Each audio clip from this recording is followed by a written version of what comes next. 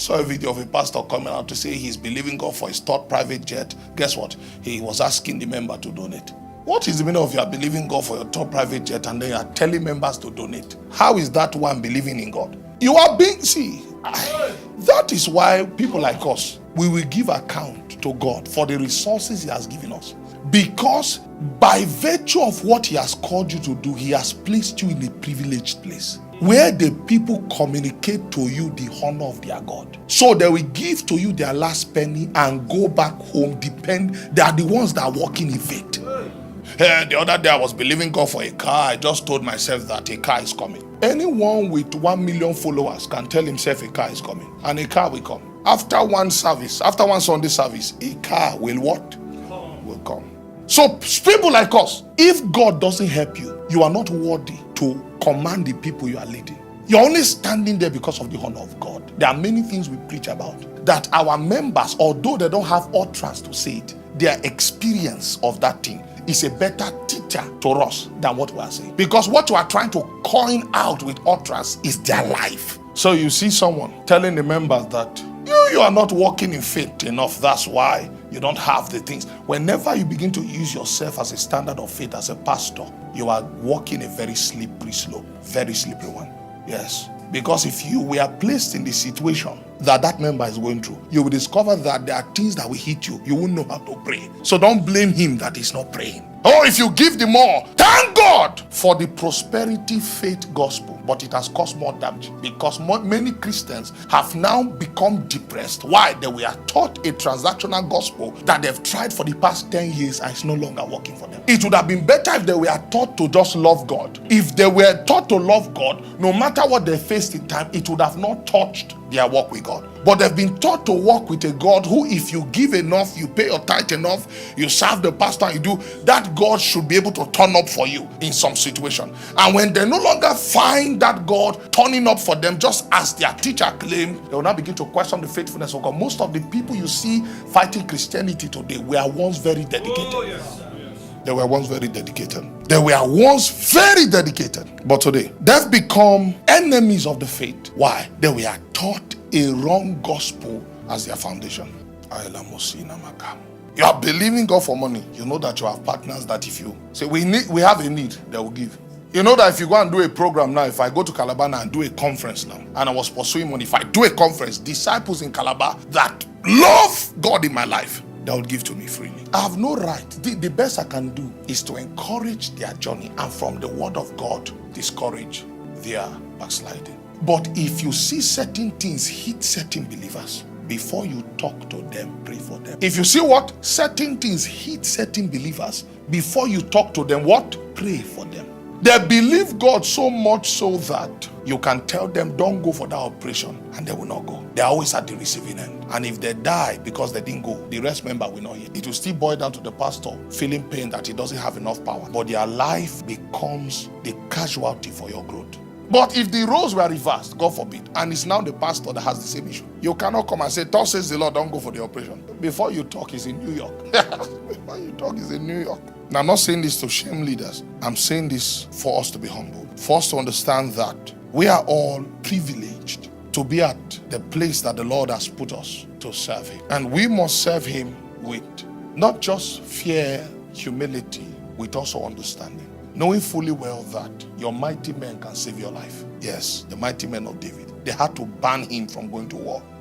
David was a leader, but when it came to strength, they were mightier than him.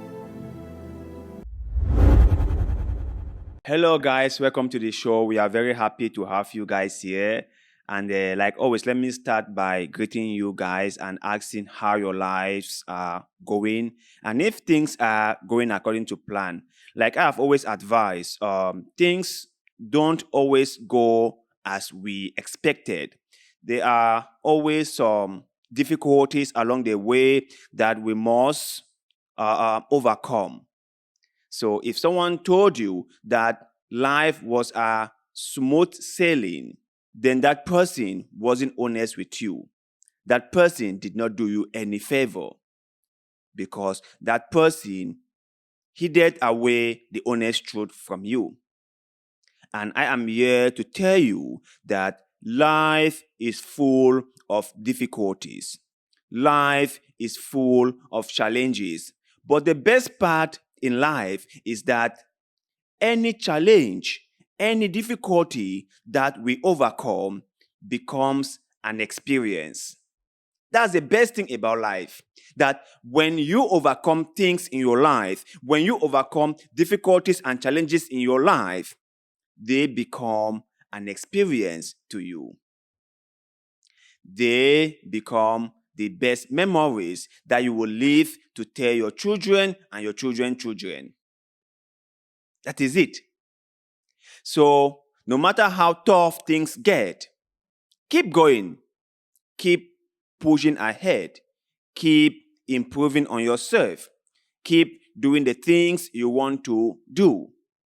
Keep doing the things you believe will make your life a lot more better in a couple of years. Don't just think about now. Don't just think about today. Don't just think about this month or this year. Think about 2, 3, 4, 5, 10 years. Have a long time goal for your life. Because everything is a work in progress. So I hope you guys will hear my suggestion and then give it some thought.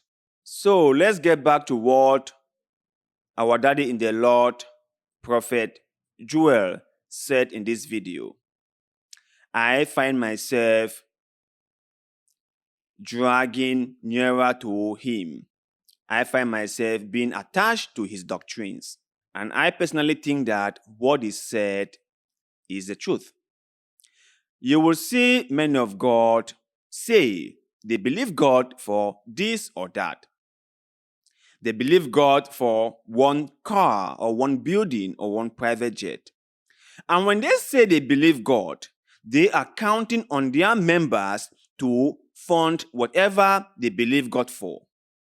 When they say they believe God, they don't mean that God will put money in their hands or God will deliver whatever they believe Him for miraculously.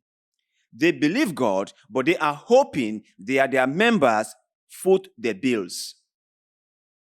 But the irony about all this is that they tell their members to believe God and that God will provide for them miraculously. Why, when they believe God, they turn to the members and ask for support and help and donations. But they advise the members to believe God that God will provide for them miraculously. So why can God not provide for men of God miraculously? Why? Why? And you will hear them come to the church to compare themselves with struggling people. You hear them come to the church and said that the reason that people are struggling is because they don't believe God enough. Like our man of God, Prophet Joel, said, whenever you became the standard of measurement for other people, you have failed. Whenever you go to your community and look at those people who are struggling and you have no empathy towards them, but tell them that the reason they are struggling is because they are not hardworking, it's because they don't know God enough, you have failed. Everyone has their own struggling in life. Everyone has their own challenges in life. Everyone is not expected to be up to your standard. Everyone is not expected, is not supposed to be or to meet up to your level. Everyone has got what they want in life, and everyone will end where they think is best for them. So when you come out here and start telling people that they need to fast more, they need to pray more, they need to donate more, they need to sow more seed in order for them to reach to your level, you have totally failed. And there is no other preacher who preaches such nonsense as much as Pastor David. Was it Yome, Yome. He is so arrogant. He is so proud. He will even openly public shame his own members in church. He has no respect for people. He has no sympathy or empathy towards people. All he cares about is collecting from the members. That's all he cares about. People are struggling. People are going through a lot of challenges in their lives. And when they come to a place where they thought they could find comfort, they could find companionship, they could have a sense of understanding, the one person they believe to give those things to them, to offer those things to them, to even try to understand their situation, is that same person who is going to tell them that the reason they are not succeeding is because they don't know God enough. He's going to public shame them and tell them that the reason you are struggling is because you don't know the God you serve. After those people have been serving that same God for many years, after those same people have contributed to whatever the man of God said was required by God. The luxurious car that man of God is driving was funded by the people. But I have not seen the man of God helping those same people acquire their own needs in life. Not even wants, just need. You will not see a man of God say, okay, today, since we have contributed to in buying me a car, let's also contribute to buying Brother Sam a piece of land so that he can build a small house for himself and his family. You will not hear them say that. Or let's contribute for Sister Mary because she is struggling to start a small business that she can use to provide food for her family. So let's come together and contribute for her. You will not hear them say that. But when it comes to them asking the members for things, when it comes to their own term, requiring members to contribute for their lifestyle, you will see how they will shout at the top of their voices and they will guilt the members into contributing to whatever they want. That is exactly what they will do. So, how can you see all this happening and then say people should not criticize men of God? Remember, I have always said, do not insult humans. Do not insult people who are your elderly.